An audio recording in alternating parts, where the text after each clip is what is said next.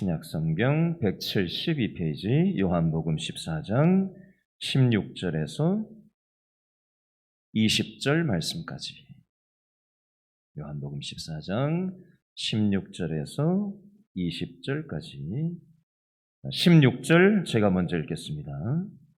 내가 아버지께 구하겠으니 그가 또 다른 보혜사를 너희에게 주사 영원토록 너희와 함께 있게 하리니 그는 진리의 영이라. 세상은 능히 그를 받지 못하나니 이는 그를 보지도 못하고 알지도 못함이라.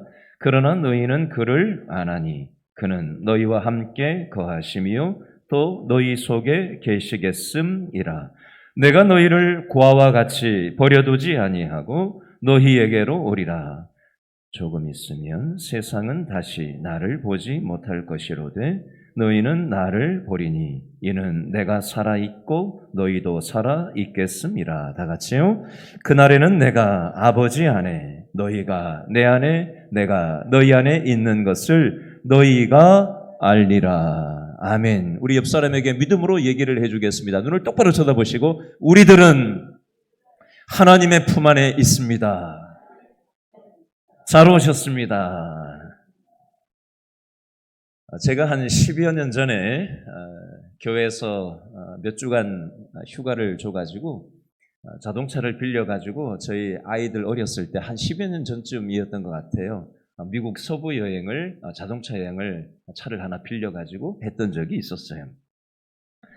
그랜드 캐년에 있는 3대 캐년을 넘어서서 5대 캐년까지 5개의 캐년을 쭉 돌았는데 모뉴먼트 밸리라는 데가 있어요. 영화에 많이 나오는 지역인데 이게 우리나라 도심이 아니라 이제 완전히 땅덩어리가 워낙 크고 이게 뭐 내비게이션도 안 먹고 앱도 안 먹히고 이러니까 지도책을 큰 걸 하나 사가지고 혹시나 몰라서 샀는데 마침 쓸모가 있더군요. 지도를 보고 찾아서 이정표를 보고 찾아다녔는데 돈 아끼고 이렇게 다니다 보니까 가이드의 안내를 받아서 거기에 적합한 차를 타고 들어가야 되는데 저희 빌렸던 승용차를 타고 그 흙길을 거기를 사륜구동차가 아닌 일반 자동차를 타고 거기를 들어간 거예요.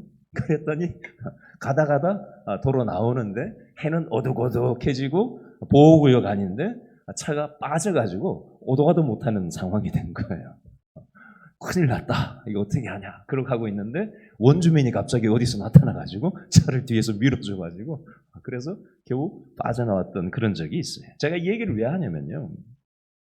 우리가 여행을 오지를 하다 보면 외롭고 또 위험한 일을 만날 때가 있어요. 여러분 우리 인생도 마찬가지예요. 살다 보면 외로울 때가 있지 않아요? 그렇죠?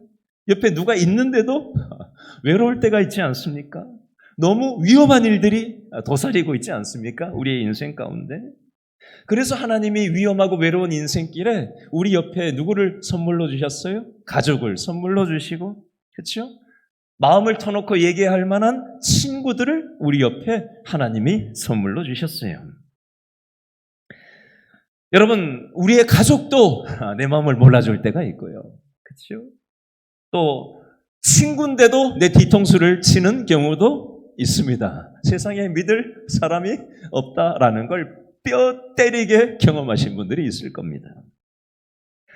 여러분, 하나님께서 우리의 인생길에 가이드가 되어주시고 우리 인생길에 외롭고 두려운 인생길에 친구가 되어주신다면 어떨까요?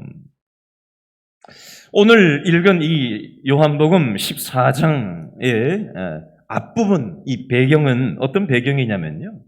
예수님께서 이 제자들의 친구가 되어주셔서 3년 동안이나 외롭고 불안하고 두려움이 가득한 제자들의 인생길에 예수님이 친구가 되어주셔가지고 제자들이 그냥 가는 데마다 기적을 경험하고 놀라운 일을 체험하니까 와, 예수님만 내 옆에 있으면은 그냥 뭐 만사 형통이겠다라고 하면서 3년을 쫓아다닌 거 아니에요. 기쁨이 충만하게 해서 그렇게 하고는 3년을 제자들이 예수님을 따라다녔었어요. 외롭지가 않았어요. 두렵지가 않았습니다. 그런데 예수님께서 십자가 지시기 전날 밤에 성만찬 하시면서 제자들에게 이런 얘기를 하시는 거예요.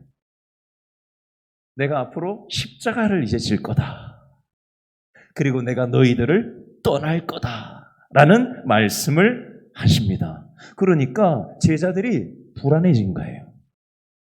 예수님만 믿고 내 일상을 다 팽개치고 예수님 쫓아서 3년을 살아서 너무 좋았는데 예수님이 이제 십자가 지시고 우리로부터 떠난다고 생각하니까 불안한 거예요. 두려운 거예요. 염려가 되는 거예요. 이런 제자들의 삶 가운데 예수님께서 오늘 본문 말씀을 통해서 뭐라고 말씀을 하시는가? 요한복음 14장 18절 말씀을 한 번 더 읽어보겠습니다. 요한복음 14장 18절 말씀 다 같이 시작. 내가 너희를 고아와 같이 버려두지 아니하고 너희에게로 오리라. 제자들아, 내가 너희를 떠나지 않고 버려두지 않고 고아처럼 홀로 두지 않고 내가 다시 너희들에게로 올 거다라고 약속의 말씀을 제자들에게, 불안해하는 제자들에게 주고 계신 거예요. 여러분, 인간은요, 왜 외로움을 느낄까요? 왜 끊임없는 불안에 노출되어 있을까요?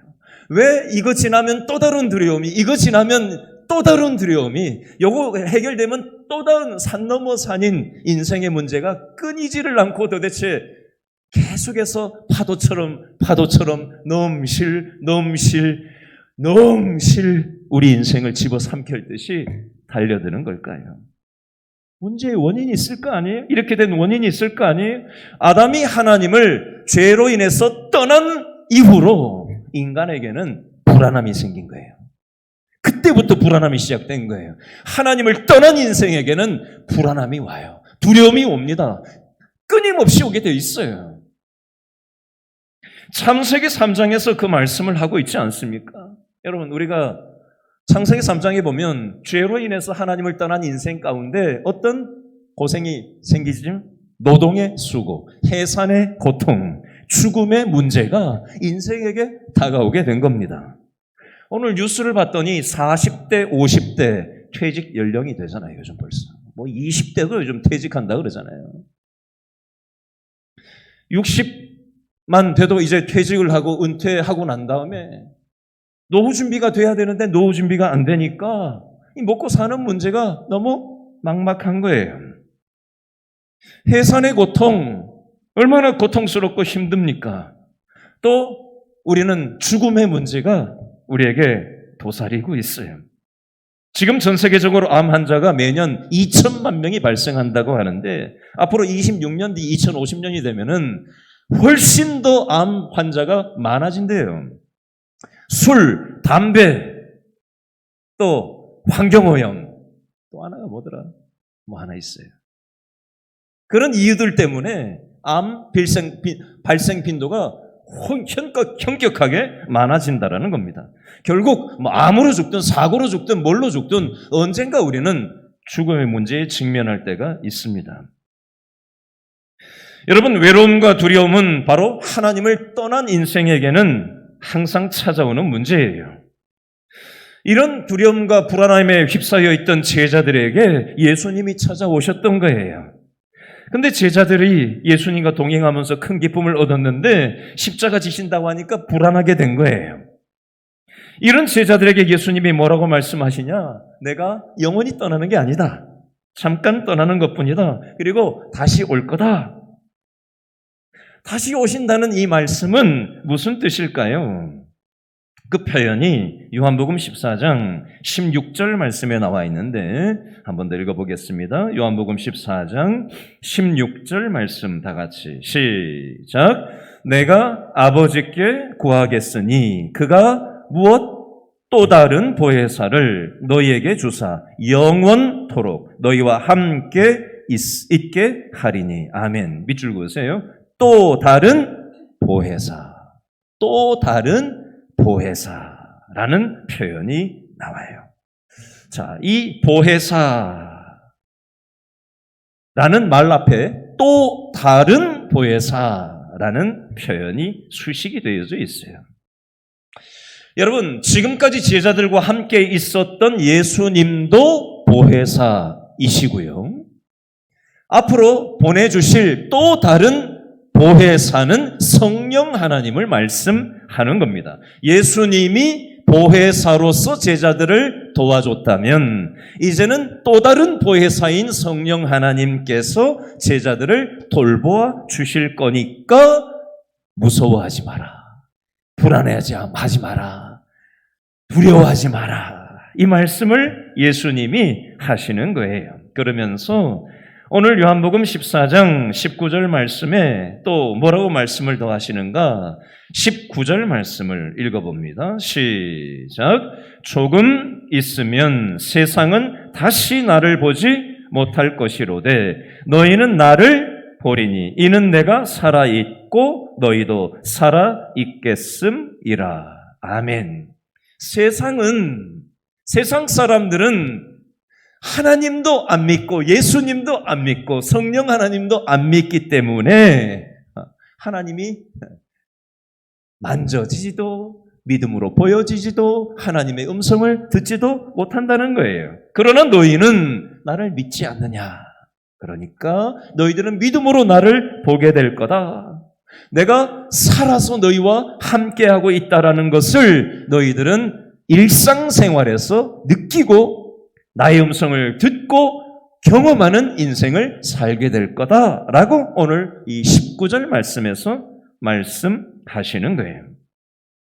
이 제자들에게 성령 하나님께서 오시겠다는 약속은 오늘 이 예배에 참여한 저와 여러분에게도 동일하게 주시는 말씀이에요. 계속해서 20절 말씀을 읽어보겠습니다. 20절 시작. 그날에는 내가 아버지 안에 너희가 내 안에 내가 너희 안에 있는 것을 너희가 알리라. 아멘. 그날에는 어떤 날이죠? 성령 하나님, 또 다른 보혜사인 성령 하나님이 나 대신에 너희 삶 가운데 오시면 어떤 일이 일어난다는 거예요? 내가 아버지 안에, 너희가 내 안에, 내가 너희 안에 있는 것을 너희가 알게 될 거다라고 말씀합니다. 자, 마태복음 끝장 끝절, 마태복음 28장 20절에 보니까 이런 말씀이 있죠. 볼지어다 내가 세상 끝날까지 너희와 항상 함께 있으리라. 성령 하나님께서 세상 끝날까지 너희와 항상 함께 있겠다라고 말씀하시는 거예요. 여러분, 제자들에게만 이 말씀을 주시는 게 아니라 오늘을 살아가는 저와 여러분의 삶 가운데도 하나님께서는 내가 너희와 항상 함께 있을 거야. 불안해하지 마라. 두려워하지 마라. 내가 너를 도와줄게. 이 말씀을 하시는 거예요. 자, 계속해서 이 성령 하나님께서는 우리와 함께 계시면서 어떠한 일들을 하시는가? 그 내용이 오늘 14장 17절 말씀에 나오는데요. 14장 17절 성령 하나님이 어떤 역할을 하시나 17절 읽습니다. 시작. 그는 진리의 영이라 세상은 능히 그를 받지 못하나니 이는 그를 보지도 못하고 알지도 못함이라. 그러나 너희는 그를 아나니 그는 너희와 함께 거하시며 또 너희 속에 계시겠음이라. 믿지 않는 세상 사람들은 성령 하나님을 알지도 보지도 느끼지도 못한다는 거예요. 그러나 우리는 하나님을 인정하는 믿음으로 사람들은 하나님을 알고 하나님이 우리와 함께 거하고 우리 속에 성령 하나님이 지금도 함께 하신다는 겁니다. 옆 사람에게 한번 믿음으로 고백하시기 바랍니다. 성령 하나님이 우리 모임 속에, 내 생각 속에, 내 마음 속에, 당신의 속에 함께 하십니다. 믿으세요? 믿어야 돼요. 의존해야 됩니다. 이것에 관심을 가져야 돼요. 여러분, 고린도전서 12장 3절 말씀 제가 읽어드릴게요. 고린도전서 12장 3절. 성령으로 아니하고는 누구든지 예수를 주시라 할 수 없느니라. 성령 하나님께서 우리의 생각과 감정과 우리의 삶 가운데 역사하셔야 이게 믿어지는 거라는 거예요. 하나님이 믿어지는 게 내가 믿어봐야지 하고 용을 쓴다고 믿어지는 게 아니라 하나님이 내 생각과 마음을 지배하시고 나에게 믿음의 생각을 넣어주셔야 하나님이 주시다, 내 인생의 주인이시다라는 사실이 고백된다라는 것입니다. 제가 여러 번 우리 길신교에 와서 제가 겪었던 일을 이 내용을 간증을 했던 적이 있는데요. 제가 캐나다 토론토에 있었을 때 한국에서 언어연수 온 청년이 하나 있었어요. 불교 목걸이 그리고 지갑에는 부적 차고 밥 얻어먹으러 왔다가 어떻게 해서 저희 청년부에 연결돼서 왔던 청년 아이가, 남자아이가 하나 있었어요. 하얀 거품을 물고 하나님이 어디 있냐고 빅뱅 이론을 강력하게 외치면서, 공대 출신이거든요. 과학적으로, 상식적으로, 합리적으로 거품 물고 얘기를 했던 이 친구가 다음날 아침 새벽에 오줌 누고 다시 누웠는데 잠이 안 오더래요. 난데없이 성경이 읽고 싶은 마음이 강력하게 생기면서 얘가 새벽 예배 나가는 애로 뒤집어졌어요. 경북 영천에 있는 부모님한테 자기의 변화된 모습을 장문의 편지를 써서 보냈더니 아버지가 노발대발하면서 이놈의 자식 공부하라고 비싼 돈 들여가지고 외국까지 보내놨더니 미쳤다고 하면서 당장 오라고 해가지고 애가 보따리 싸서 갔어요. 새벽 예배를 아버지 엄마 옆에서도 이제 가는데 아버지 엄마가 둘이 몸을 붙여가지고 아들이 못 나가게, 방에서 못 나가게 하려고 엄마 아버지가 딱 누워가지고 그렇게 있었대요. 다 넘고 이제 새벽 예배를 가고 했는데 형이 때리더래요. 미쳤다고 이 새끼. 근데 그 형을 하나님이 치워주시더래요. 다른 나라로. 걔가 저한테 그렇게 표현했어요. 하나님이 자기 형이 자기를 교회 다닌다고 핍박하니까 다른 나라로 치워주셨다고 표현하더라고요. 그 형이 필리핀에서 행방불명이 돼가지고 필리핀에 가서 형을 또 찾아왔어요. 얘가.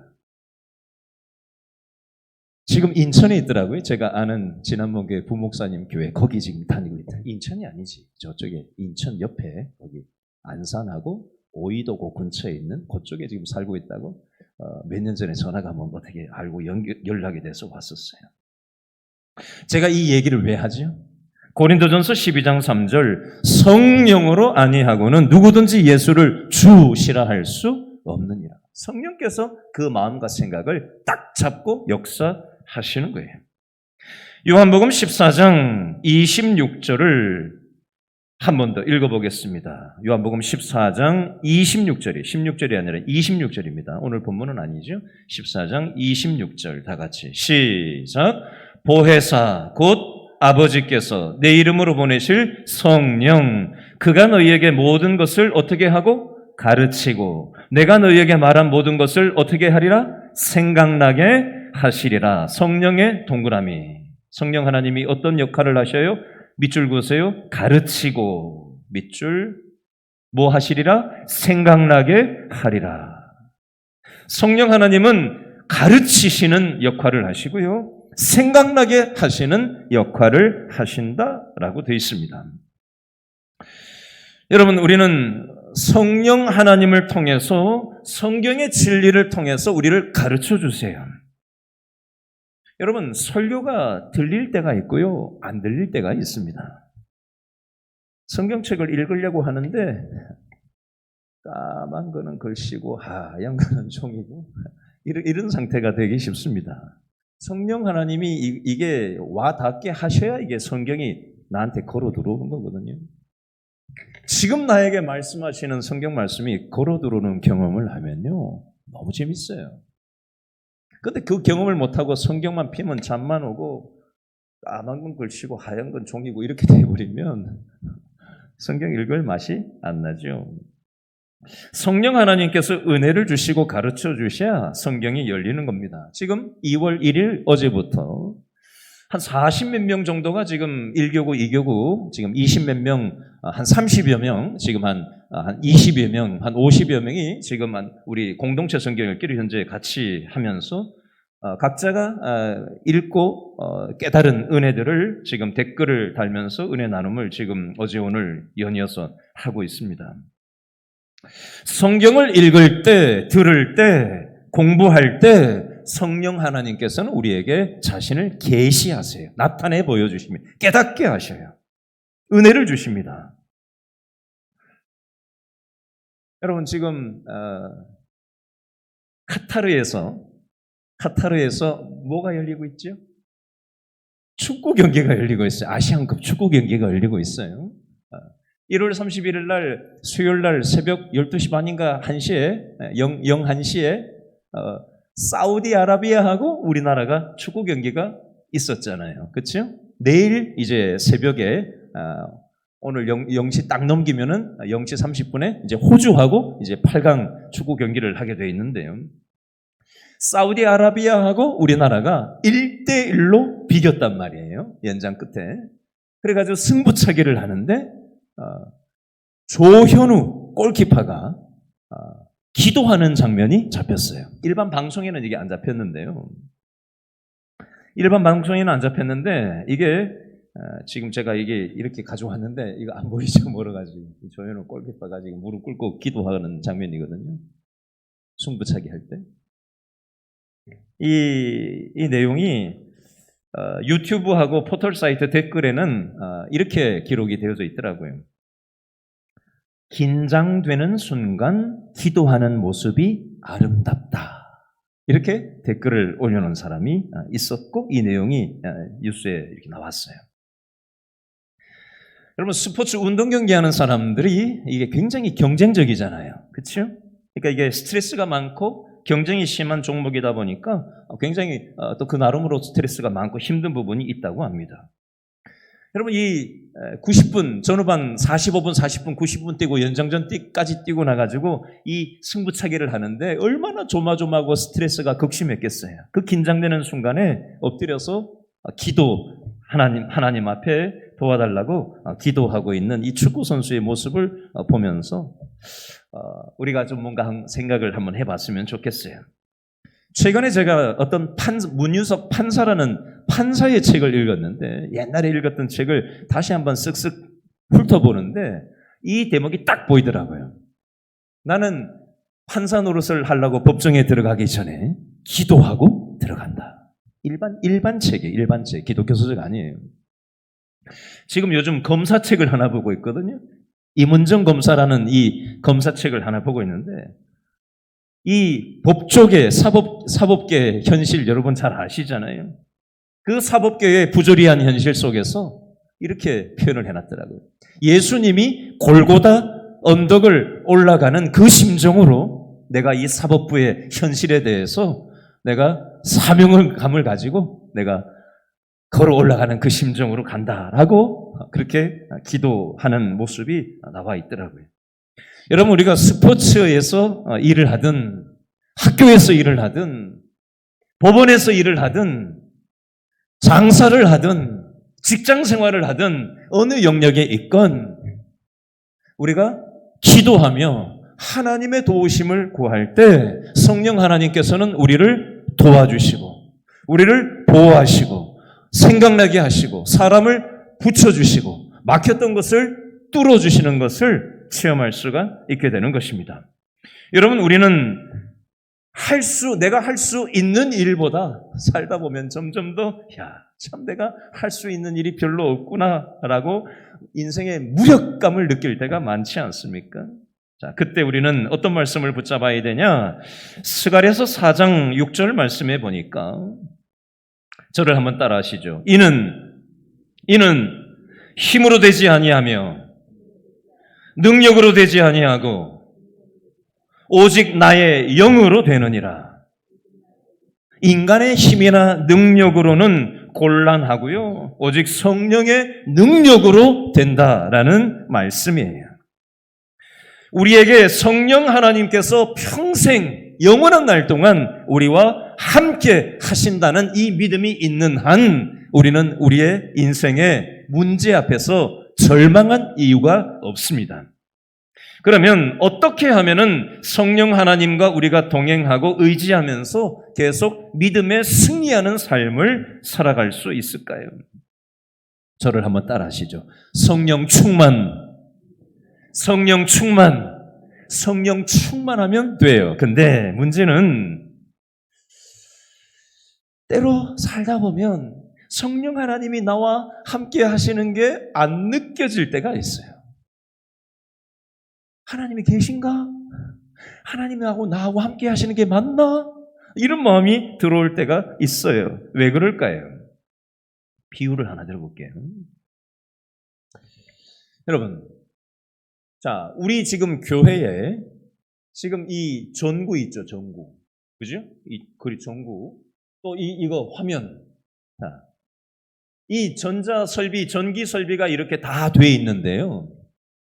지금은 이게 전기가 들어와가지고 지금 이게 글자도 나오고 조명도 이렇게 작동이 되는 거잖아요. 그렇죠? 우리 교회에 전기, 전자 설비가 다 갖추어져 있어요. 그런데 전기 코드를 뽑으면 어떻게 될까요? 전기가 안 들어가니까 불이 다 꺼지겠죠. 그렇죠? 요게 화면이 다 꺼져버리겠죠. 그리고 이 공간 전체는 깜깜해질 겁니다. 그러면 어떤 느낌이 들까요?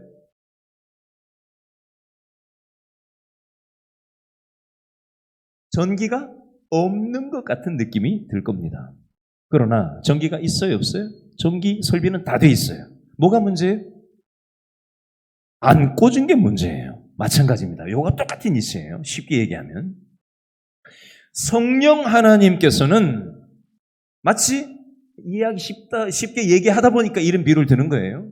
전기 설비가 다 돼 있는 것처럼 성령 하나님께서는 이미 우리와 함께하고 계셔요. 단지 우리가 믿음으로 콘센트를 꽂지 않은 것과 같아요. 이치상 그렇다는 거예요.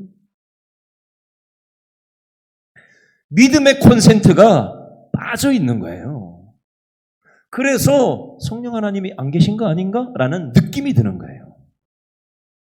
그러면 전기 코드를 꽂는 것처럼 우리가 믿음으로 하나님과 연결되면 어떤 일이 생길까요? 다시 전기장치가 들어오고 불이 들어오는 것처럼 성령 하나님이 계신다라는 것이 우리는 느껴지고 보여지고 함께 하심이 믿어지는 거예요. 그렇죠?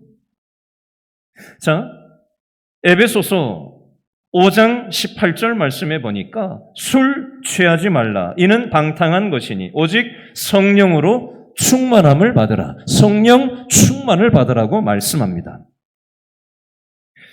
여러분, 성령 충만은 언제 오느냐? 내 마음, 내 관심, 내 삶의 방향성이 성령 하나님께 맞춰질 때 성령 충만이 오는 것입니다. 그런데 우리가 하나님께 관심을 두지 않고 세상을 의식하고 사람을 의식하고 누가 어떤 말한 거를 영향을 받고 휘둘려 버리면 어떻게 되느냐? 성령 충만으로부터 거리가 점점 멀어지게 돼 있어요. 자, 에베소 5장 18절은 성령 충만이라고 되어 있는데요. 골로새서 3장 16절은 뭐라고 되어 있냐면 저를 따라합니다. 말씀 충만. 자, 따라합니다. 성령 충만, 말씀 충만, 이게 같아요. 성령 충만과 말씀 충만은 같은 꼴이에요. 그러면 성령 충만하기 위해서 뭐가 충만해야 된다는 얘기와 같은 거예요? 말씀 충만해야 성령 충만이라는 거예요. 내 생각 속에 말씀이 꽉 차 있고 내 마음에 하나님의 마음이 꽉 들어차 있으면 성령 충만하고 맞물린다는 거예요. 누가복음 11장 13절 말씀해 보니까 너희가 악할지라도 좋은 것을 자식에게 줄 줄 알거든 하물며 너희 하늘 아버지께서 구하는 자에게 성령을 주시지 않겠느냐? 범죄자 아버지도 자기 자식한테는 끔찍하게 하잖아요. 하물며 우리 하늘 아버지께서 구하는 자에게, 기도하는 자에게 성령 하나님을 주시지 않겠느냐라고 말씀하는 겁니다. 우리는 이미 성령을 받았지만 성령 충만하지 못하다면 이 시간 기도를 통해서 믿음의 전기 코드를 하나님께 연결시켜서 성령 충만함을 우리가 회복하고 하나님과 연결되어서 하나님과 동행하는 인생이 될 수 있었으면 좋겠어요. 우리 인생은 외롭고 험한 여행길과 같아요. 가족과 친구가 있으면 좋죠. 그러나 가족도 한계가 있고 믿을 만한 친구도 별로 힘이 없어요. 그렇죠? 부족한 인간들은 불완전하기 때문에 항상 우리와 함께 해줄 수는 없습니다. 그러므로 평생 우리와 항상 영원히 함께 하시겠다고 약속하신 하나님, 성령 하나님과 우리가 함께 하게 된다면 1년 12달, 1년 360일, 하루 24시간 매 순간 하나님과 동행하여 주시는, 우리와 동행하여 주시는 그 보혜사 성령 하나님과 우리가 동행하면 우리가 어떤 삶을 살아갈 수 있을까요? 한번 생각해 보세요. 그러므로 우리는 오늘 말씀을 마무리하면서 저를 한번 따라 하시죠. 성령 하나님을 환영하고 성령 하나님을 의식하고 성령 하나님을 마음에 모실 때 승리하는 인생을 살아갈 수가 있습니다. 우리 그렇게 했으면 좋겠어요. 이 시간 말씀 붙잡고 다 같이 한번 기도했으면 좋겠는데요.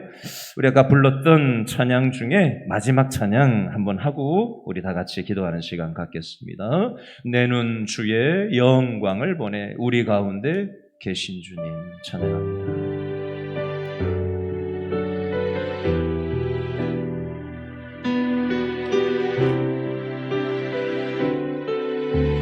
내 눈 주의 영광을 보내 내 눈 주의 영광을 보내 우리 가운데 계신 주님